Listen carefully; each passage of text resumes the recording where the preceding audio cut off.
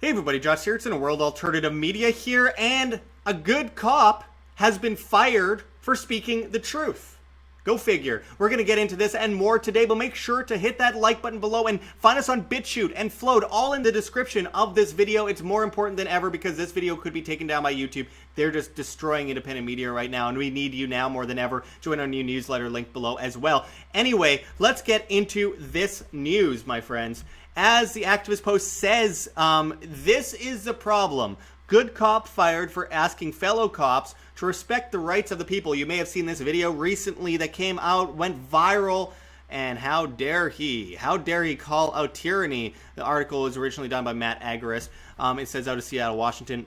Last week, the Free Thought Project brought to you the story of Port of Seattle police officer Greg Anderson, who made a video calling out the bad cops throughout the country who are enforcing mandates in complete violation of the oaths they swore to uphold in the Constitution. This put a target on his back and in the crosshairs of authoritarians across the country, now proving the point that good cops are hard to find and the system is set up to purge them from the ranks. Officer Anderson has been terminated. As we reported last week in the 8-minute video, Anderson says he's seen officers nationwide enforcing these tyrannical orders. And if you haven't seen the video yet, make sure to check that out. YouTube doesn't allow us to show videos on here anymore as fair use. They'll take down the videos. As it says, every time I turn on the TV, I see people getting cited for going to church, for traveling on the roadways, for going surfing, opening their businesses, going to the park with their families, or doing nails out of their own house, Anderson laments. Anderson then reads a portion of the Bill of Rights before going off on his fellow cops. And I quote, "Stopping people and asking for their papers," Anderson asks. "What is this, 1930s Germany? Are you the Gestapo? You don't get to stop people unless you have reasonable suspicion or probable cause that they have committed a crime." And I quote, "Our powers as law enforcement officers is nothing more than a facade," Anderson says in one of the most telling admissions we've ever heard from a cop. "It's a badge and a gun." A magical badge that grants some special rights to beat wives, apparently. Sorry, guys. Anderson then makes an ominous prediction of what he thinks will happen if cops continue to stomp on the rights of Americans. Anderson says if the tyrant cops do not stop enforcing such arbitrary dictates from their overlords, cops will be stripped of their authority in a heartbeat. He then goes on to predict a potential civil war, which of course we talked recently with Cynthia McKinney about here at WHAM. If you haven't seen it yet, make sure to check out our recent interview with her. It's Shadowbanned to Hell. As it says here, and I quote, "I am afraid that with these actions, you are going to wake a sleeping giant," he said. "They are going to be put in a position where they won't have their rights trampled anymore. I think what is going to happen if this continues is we're going to see bloodshed in the streets." Anderson, who says he was special forces in Iraq, then implores his fellow cops to wake up to the tyranny they are forcing on the land of the free before it is too late. And I quote, "You need to ask yourself one question, and that is, am I doing the right thing?" We agree, seriously, asking the above question and scrutinizing your very existence as a law enforcing order follower is one of the best ways to end up on the right side of history. Sadly, however, Anderson's superiors do not want to end up on the right side of history. Anderson says that after he posted the video online, he originally received a ton of praise from his superiors. And I quote, "Wow, Greg, what a powerful message. We agree with that 100%, Anderson says his superiors told him. And I quote, "I know putting something out like that might have gotten a lot of attention, but it was grounded in integrity and liberty that I thought no one would have an issue with it," Anderson said. The support from his superiors was short-lived, however, and he says just 3 hours after he received the praise, their tone shifted. And I quote, "The video is up to 400,000 views," Anderson says his supervisors told him. "It's time to pull the plug on it." When Anderson asked why such a positive message to law enforcement should be removed, he says his superiors told him that he'd been directed to make the cop take down his video. Anderson gave his superior a resounding no. And I quote, "I can't take down the video because if you believe in something, even though it costs you everything, I can't go back on speaking from my heart," he said. as it continues here. After telling his supervisor that he would not take the video down, Anderson said cops from all over the country were calling him. He said that his supervisor then called back and issued an ultimatum. And I quote, "Take down the video, accept a letter of reprimand, or we are going to take a completely different approach to this," Anderson was told. Anderson said he was then called by the chief of police, who told him that if you openly defy your governor, you cannot be a police officer in the state of Washington. Anderson then said, "Maybe I'm not meant to be a police officer in the state of Washington."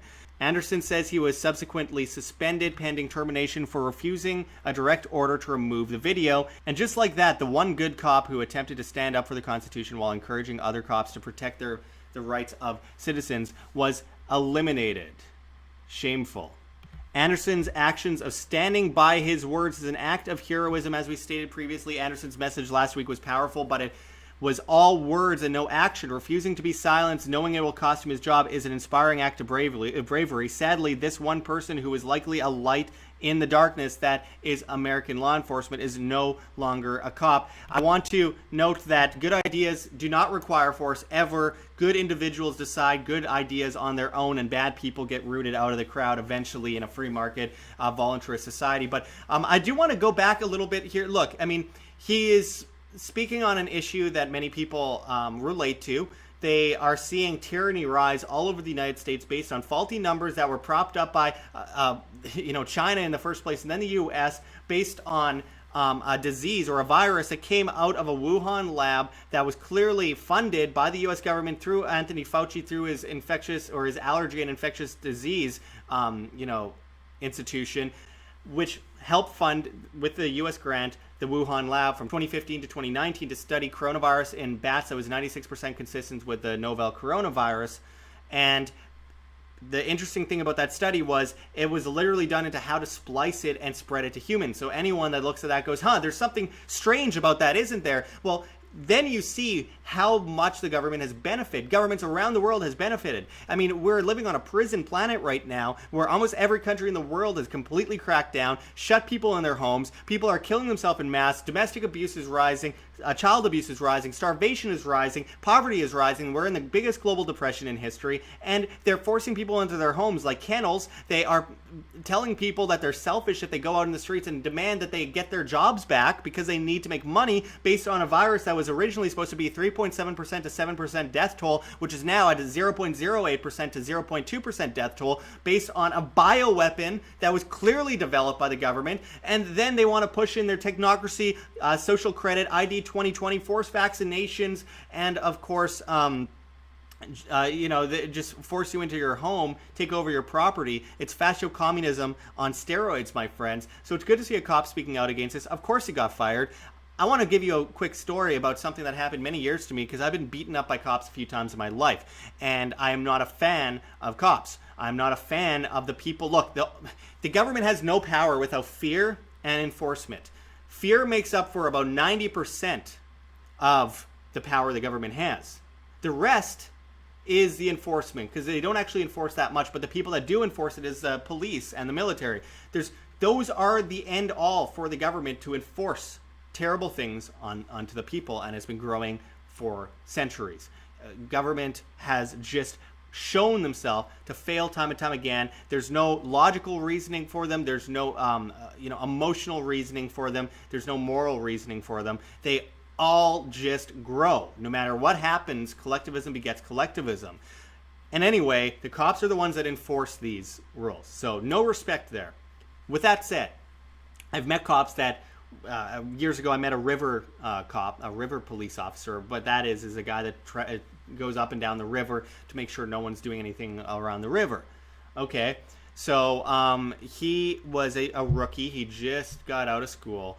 I showed him my videos. He started watching them. He started really listening to me. He heard my stories about, how police had just found me in a parking lot once when I had long hair when I was a teenager. They were looking like for a white guy with long hair. They just found me and started beating me into the ground, stomping on my chest, and I didn't do anything. They just came up from behind me and tackled me to the ground and started beating the hell out of me. All these adults. I was 14 years old. I told this cop about that experience of mine, and it happened more than once, by the way, just walking around Winnipeg, Canada. And this officer was, wow. He came up to me a year later. He said, I was just promoted to a police officer. I think about what you say all the time. And he's like, I just don't really stop anyone. I don't really, the only time I ever do anything is if there's like a shooting or, someone has been beaten up, or if there's a rape, or, someone was stolen from, their house was robbed or something. Like, he says, I don't respond to most calls because I don't believe in busting people for weed. I don't believe in, it's just not right. 1 year later, I met him again. He was a desk cop. He was demoted to being behind a desk, filing paperwork, because he refused to arrest people for drugs. He refused to pull people over for speeding. His quota was too low. And that's what happens. The government eats their own alive if they have any form of decency in them.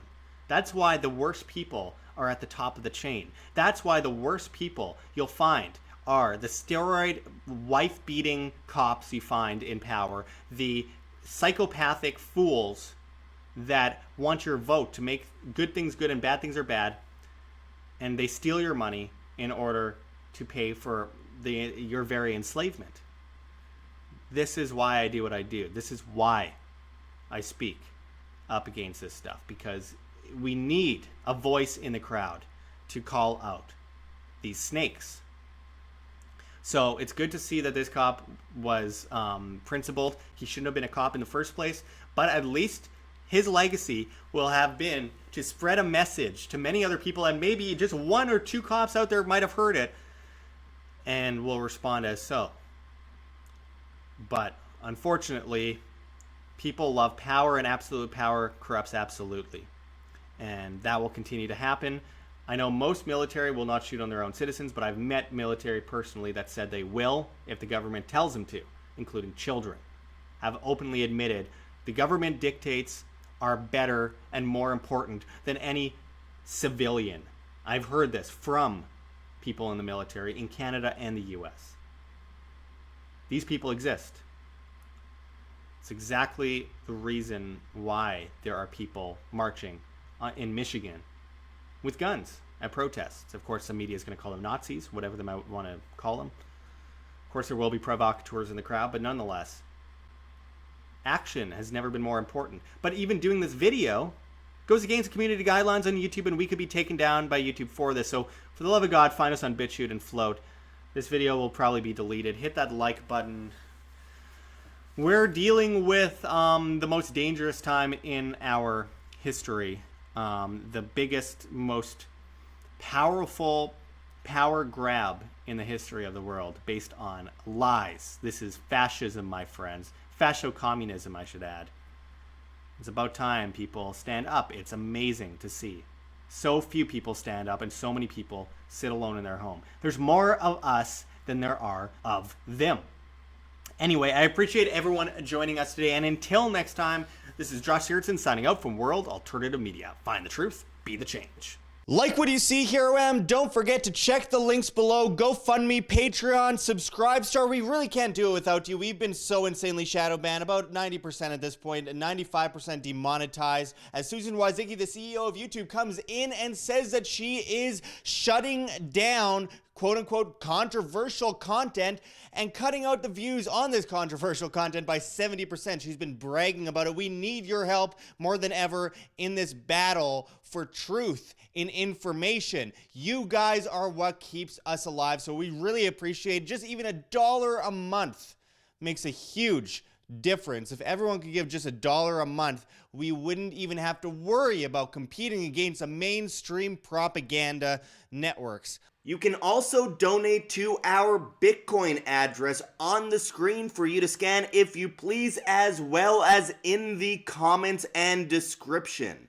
Liking and sharing makes a big difference as well, and finding us on alternative social media platforms like float.app, that's flote.app, makes a huge difference. We're at Josh Sigurdson as well as at Wham. Float is replacing Facebook, YouTube, Twitter, Twitch, Tumblr, Reddit, and Patreon all in one with encrypted private messaging, and of course monetization on videos for creators, live streams with super chats in crypto, and most of all, no algorithm, because at the end of the day, it's all about reach, guys. This is all about actually reaching people with the message and waking up the public. You can also find us on Instagram, Twitter, Minds, BitChute, all sorts of different platforms. Try to follow us on as many things as possible, because very soon this channel will very likely just be completely deleted from YouTube, and you'll never see us again, and you'll be stuck with only the mainstream networks.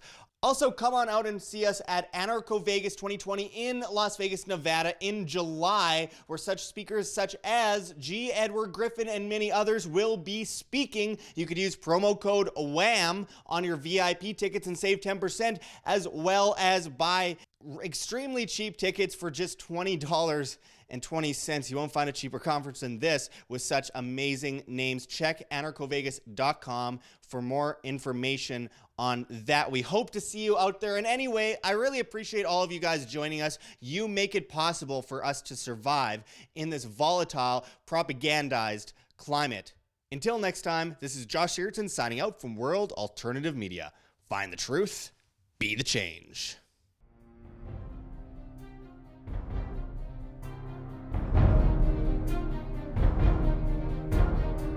I'm sure you have already changed people's minds in your young age because you're involved, and I like that.